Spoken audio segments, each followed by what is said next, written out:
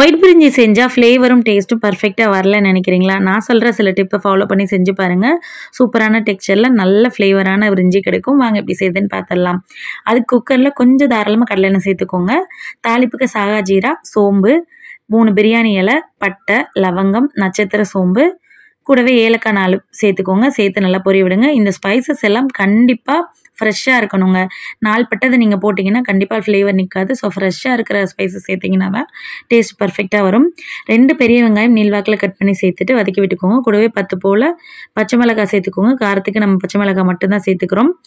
இது ரெண்டும் வதங்கினதுக்கப்புறமா 2 டேபிள் ஸ்பூன் அளவுக்கு இஞ்சி பூண்டு பேஸ்ட் போட்டு நல்லா பச்சை வாசனை போக வளர்த்திக்கி விட்டுக்கோங்க. உங்களுக்கு ரொம்பவே மைல்டான பிரிஞ்சி தான் பிடிக்கும் அப்படின்னா 2 தக்காளி பழம் சேர்த்துக்கோங்க. இல்லைன்னா 4 தக்காளி பழம் சேர்த்துக்கிட்டு நீங்கள் வதக்கி விட்டுக்கலாம். தக்காளி ரொம்ப கரையணும்னு அவசியம் இல்லை. இந்த ஸ்டேஜ்லேயே கொஞ்சம் உப்பையும் போட்டுக்கோங்க. போட்டு நல்லா கலந்து விட்டுட்டு நான் இன்றைக்கி சோயா சுடு தண்ணியில் போட்டு நனைய வச்சு நல்லா பிழிஞ்சு எடுத்து 2-3 தடவை அதே மாதிரி ரிப்பீட்டடாக பிழிஞ்சு கழுவியிருக்கேன். ஸோ அதை இப்போ இதில் சேர்த்துட்டு நல்லா ஒரு 5 நிமிஷம் போல் சிம்மில் போட்டு நல்லா வதக்கி விடுங்க.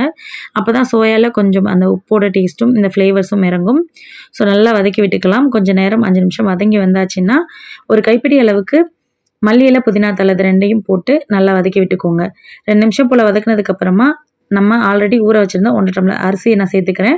வீட்டில் சாப்பாட்டுக்கு யூஸ் பண்ணுற அரிசி தான் சேர்த்துருக்கேன். ஸோ இதை போட்டு நல்லா கலந்து விட்டுக்கலாம். நீங்கள் சாப்பாட்டுக்கு செய்கிற அரிசியிலேயே உங்கள் வீட்டில் ரொம்ப இலை இருந்ததுன்னா அது ஒரு 2-3 இலை இப்படி பிச்சு போட்டிங்கன்னா சீரக சம்பாவுக்கான ஃப்ளேவர் அப்படியே இறங்கிடும். ஸோ இல்லைன்னா சும்மா பரவாயில்ல, இப்படியே நீங்கள் ட்ரை பண்ணலாம். நான் 2 டம்ளர் அளவு தண்ணி வச்சுக்கிறேன். இந்த ஸ்டேஜில் உப்பையும் சரி பார்த்து கலந்து விட்டு குக்கரை மூடி விசில் போட்டுக்கலாம். நீங்கள் குக்கர் மூடுறதுக்கு முன்னாடி 1 டேபிள் ஸ்பூன் அளவுக்கு நெய் போட்டிங்கன்னா நல்ல ஃப்ளேவர் இருக்கும். ஒருவேளை உங்களுக்கு நல்லா டேஸ்ட் என்ஹான்ஸ் பண்ணணும்னு நினச்சிங்கன்னா 1/2 டம்ளர் போல் தண்ணியை குறைச்சிட்டு அதுக்கு பதிலாக தேங்காய் பால் சேர்த்து வைங்க. அருமையாக இருக்கும். ஸோ இப்போ திறந்து பார்த்தோம்னா ரொம்ப பதமான ஒரு சூப்பரான ஃப்ளேவரில் ஒயிட் பிரிஞ்சி தயார். ஸோ கண்டிப்பாக நீங்களும் ட்ரை பண்ணி பாருங்கள். வீடியோ பிடிச்சிருந்தா லைக் பண்ணுங்கள். சேனலை சப்ஸ்கிரைப் பண்ணி சப்போர்ட் பண்ணுங்கள்.